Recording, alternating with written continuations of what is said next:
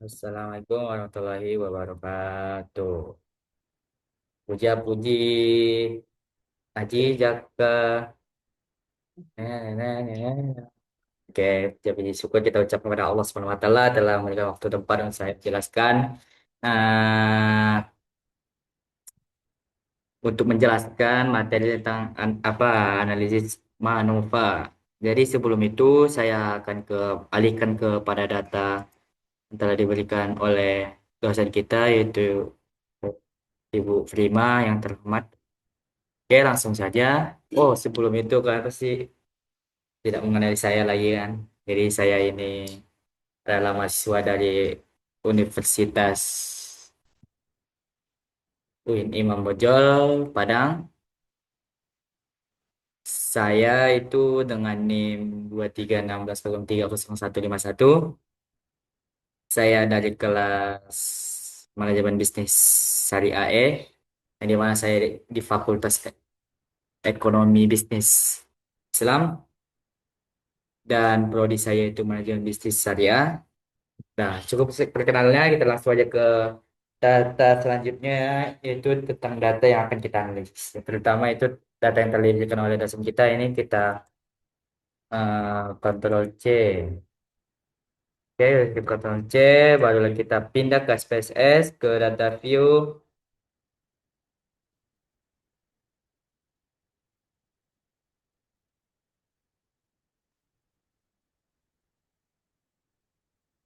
Bentar ya kawan-kawan. Kita jalan terus. Ini gimana hilangin ya? Hilang sendiri ya kan? Kita Ctrl C, Ctrl paste with variable. Setelah itu kita pindah ke variable view.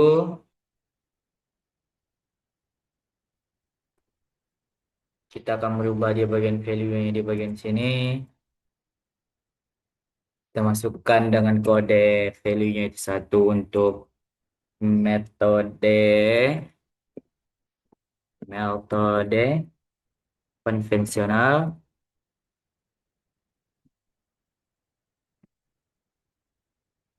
Konvensional ya kan kawan. Kita add. Yang kedua itu kita akan buat di sini metode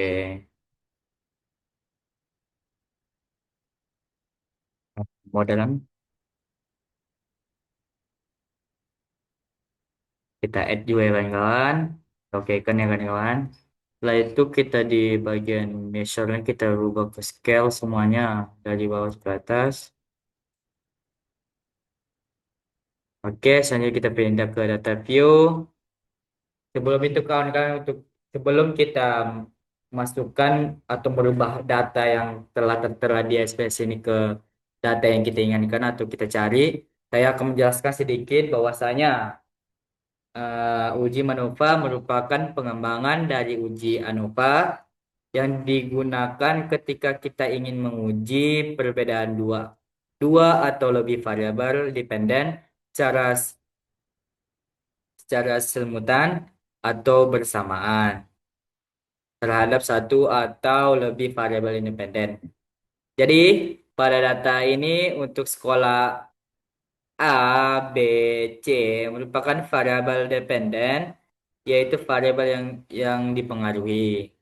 Jadi, selanjutnya itu ya sedangkan untuk metode pembelajaran ini merupakan variabel independen, yaitu variabel yang mempengaruhi mempengaruhi.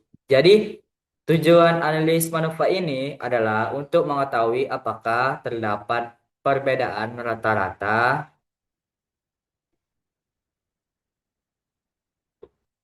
perbedaan antara rata-rata hasil belajar antara siswa yang menggunakan metode pembelajaran konvensional dan modern ini di masing-masing sekolah.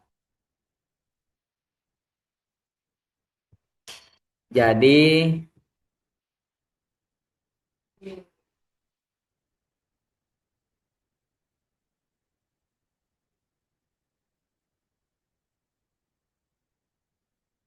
jadi, jadi tujuan yaitu baik sekolah A, B maupun C.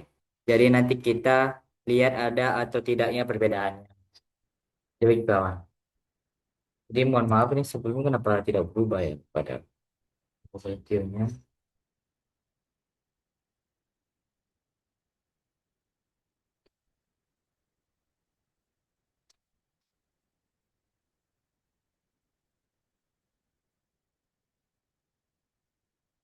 Sebenarnya aturan berubah ya kan di metode pembelajaran ini.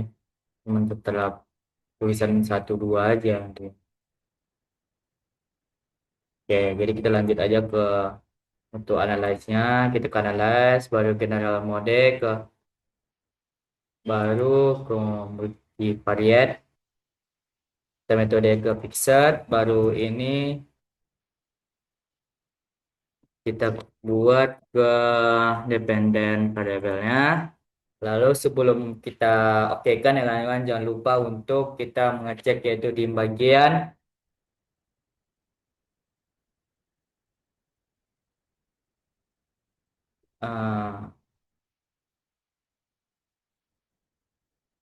di bagian optionnya dulu. Terlebih dahulu kita checklist bagian descriptive statistiknya, baru estimate of effect size-nya, baru probabilities-nya ya kan kawan, jangan lupa. Baru kita continue, baru kita setelah itu ke plot, kita pindahkan metode pembelajaran ke horizon axis, baru kita add, baru kita continue. Baru ke baru kita ke contract, baru kita rubah yang non ini ke simple, baru kita centangkan, seharusnya ini first ya kan jangan lah. Kita baru kita continue. Lalu kita oke kan. Baik kawan-kawan, selanjutnya kita akan menjelaskan bagian-bagian yang telah muncul di bagian yang data kita ingin kita cari, dan kita akan menjelaskannya. Oke, jadi kita sudah sampai ke data yang kita cari dan ini hasilnya. Nah, inilah hasil interpretasi dari ujian MANOVA yang telah kita lakukan pada kolom between subject vector ini menunjukkan bahwa metode pembelajaran kita metode pembelajaran kita kasih tadi itu kode satu untuk metode konvensional, dan untuk kode 2 untuk metode modern. Kemudian di kolom deskriptif statistik eh, dapat kita lihat bahwa metode pembelajaran dari sekolah A dengan cara metode konvensional nilai rata-rata itu sebesar 42,150 100 125. Sini 125 ya kan kawan. Lalu sedangkan untuk metode modern sebesar 41,30,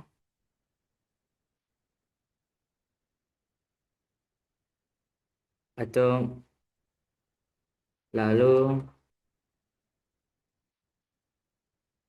maka dapat disimpulkan bahwa nilai rata-rata metode konvensional lebih besar daripada metode modern. Begitu juga dengan sekolah B, nilai konvensional ini sebesar 38,750,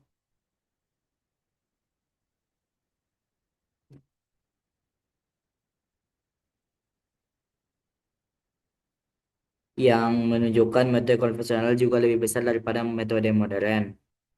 Itu juga dengan sekolah C, di mana metode konvensional sebesar 583,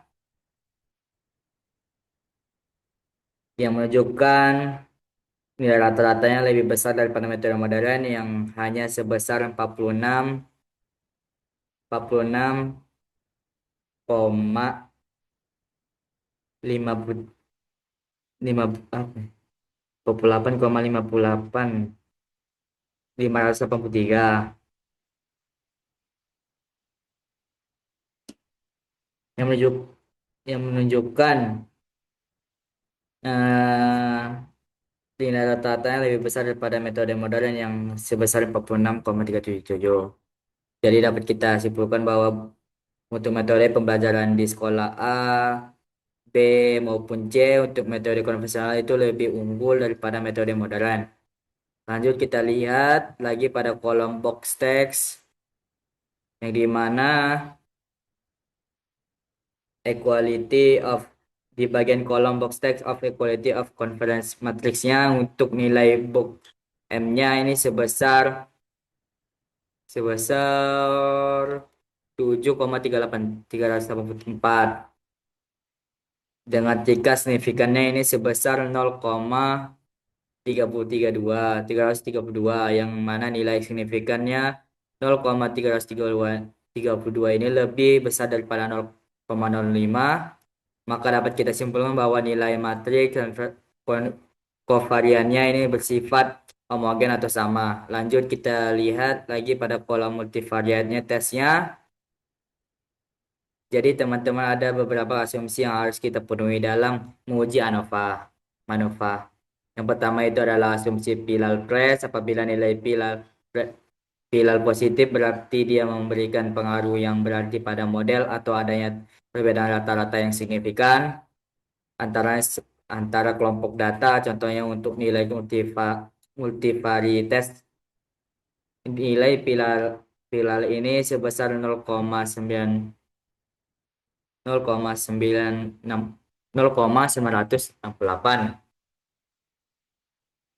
yang menunjukkan bahwa dia positif, maka dapat disimpulkan bahwa metode pembelajaran memberikan pengaruh yang berarti pada sekolah A, B maupun C atau adanya perbedaan rata-rata yang signifikan antara sekolah A, B maupun C.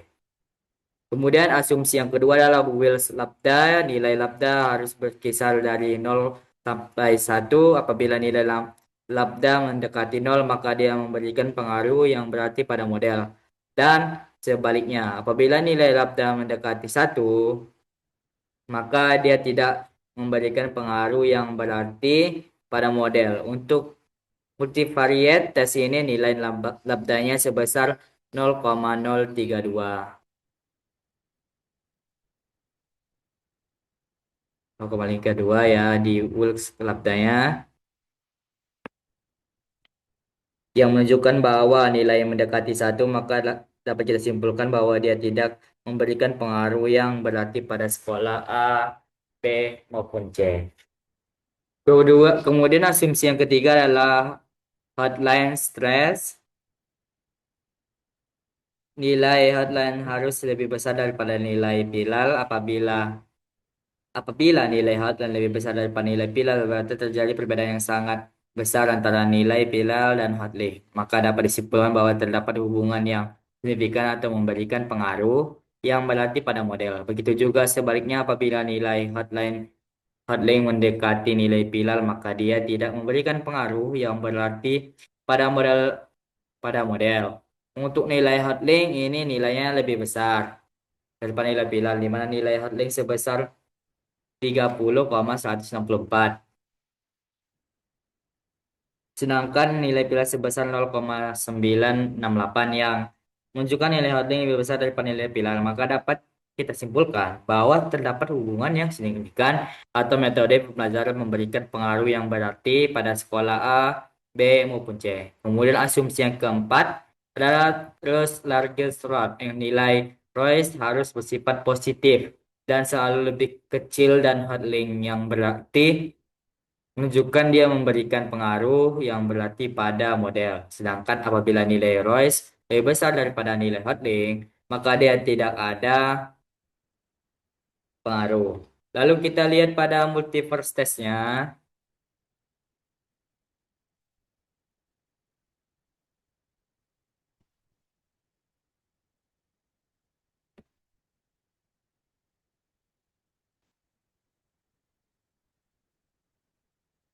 Nah, lalu kita lihat pada multiplitasnya, ini bahwa nilai ROI sama dengan nilai Hotlink. Ya, jadi belum tentu ada pengaruh atau tidaknya pada model, maka harus kita cek atau uji MANOVA pada tabel selanjutnya lagi. Lanjut kita lihat untuk metode pembelajaran. Pada setiap asumsi nilai signifikannya ini sebesar 0,960, yang dimana menunjukkan dia telah itu lebih besar dari 0,05,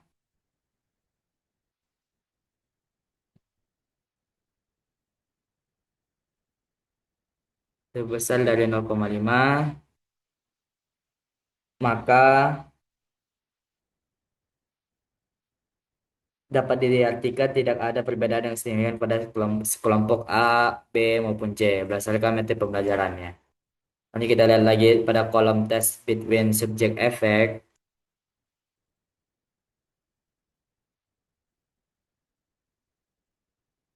di mana untuk metode pembelajaran di sekolah A nilai yang signifikannya itu sebesar 0,836,